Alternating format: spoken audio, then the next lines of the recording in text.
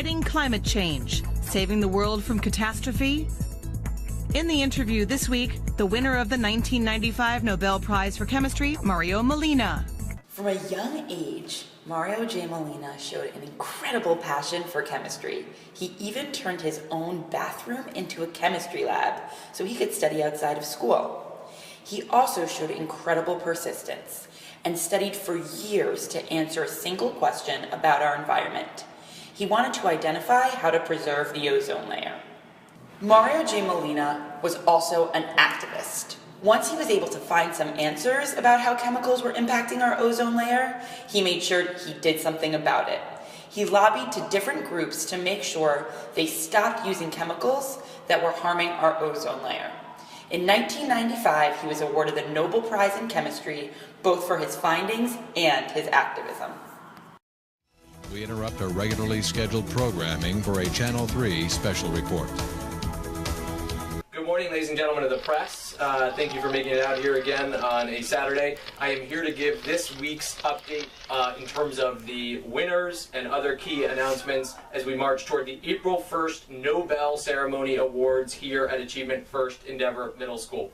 This morning I would like to start off by announcing the winners of the homeroom and grade-wide competitions last week. In terms of the homeroom, we had a homeroom last week. This was in the 5th grade that had 32% growth. 32% growth. And that homeroom was the University of Minnesota. What? In 5th grade. Whoa. Now, in our grade-wide competition, we had one grade that actually was just shy of a 90% average as a grade, and that was 8th grade. Oh. 8th grade was just shy of a 90%. The 8th So, graders, I can't believe that. I will now give you the rundown of nominees in the individual student categories by grade.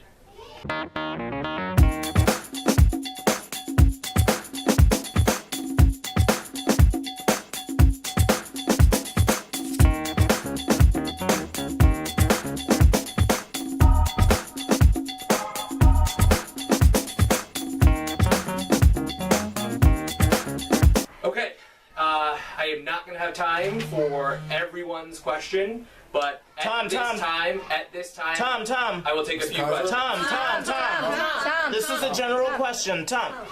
Kelly here from the Washington Post. So I see DeJohn Stokes doubled his score this week in math from the beginning to the end. Can you give us any insight on how that may have happened? If you want the insight in terms of how that happened, the Washington Post or any other publication can go back and take a look at DeJohn's work from that quiz. It speaks for itself. Look at what he did. Look what he did on number 6 in particular, and you're going to see exactly why that score doubled. Tom Manyance from TMZ. This is a general question around revision. Is it true that 99% of LUC students revised their multiple choice by writing a statement indicating the correct answer, and were all awarded effort credits?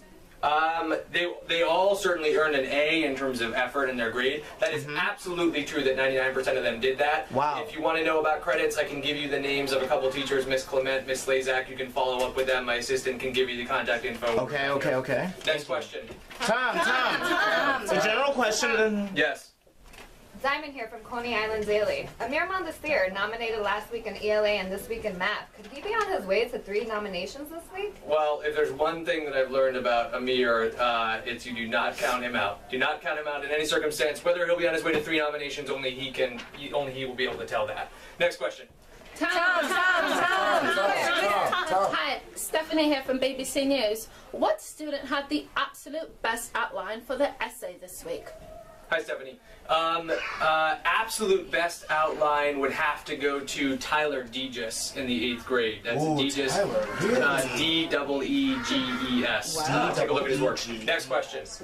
Tom. This question. Yeah. Tom, Lindsay here from News 12. This question is specifically for students in Miss Slezak's after-school group. Nice, Lindsay. A story leaked earlier this week that she was paying them to create a checklist for short responses. Is there an investigation into this bribery? I'll tell you what. I got wind of that rumor. It is, the longer I'm in this work, the more amazing it is that every single time our kids do something spectacular, someone from the press wants to say, oh, it was bribery or there's something behind it. The only thing that is behind that story are the students in Miss Lazak's group working harder than any other kid you are going to find in a 5th grade in any school in Brooklyn. Next question. I see. Tom. Miramond's here. Tom. Yeah. Chris here from the Daily News. We're only 2 weeks away from the state exam. Is Kiana Benjamin motivated enough to independently annotate? Only Kiana Benjamin is going to be able to answer that question. Next question. Tom. Yeah. Hey, can you confirm Miranda Garcia is growing faster than anyone else in NYU? I can confirm that Miranda Garcia is growing faster than anyone else in NYU. Whether that will continue, I have no idea. We'll see. We'll see what the kids at NYU do this week. Next question. Question here, Tom. Is it true that Khalees Johnson got a perfect score? Why do you think that is? Well, I've long since learned you don't count out Khalees Johnson, and she is full of surprises, and I would not be surprised for her to continue doing extremely well in this competition, and I can confirm the perfect score. That is all the questions that I can take at this time. Thank you for coming out, and we will be back next week with some key updates. Last question.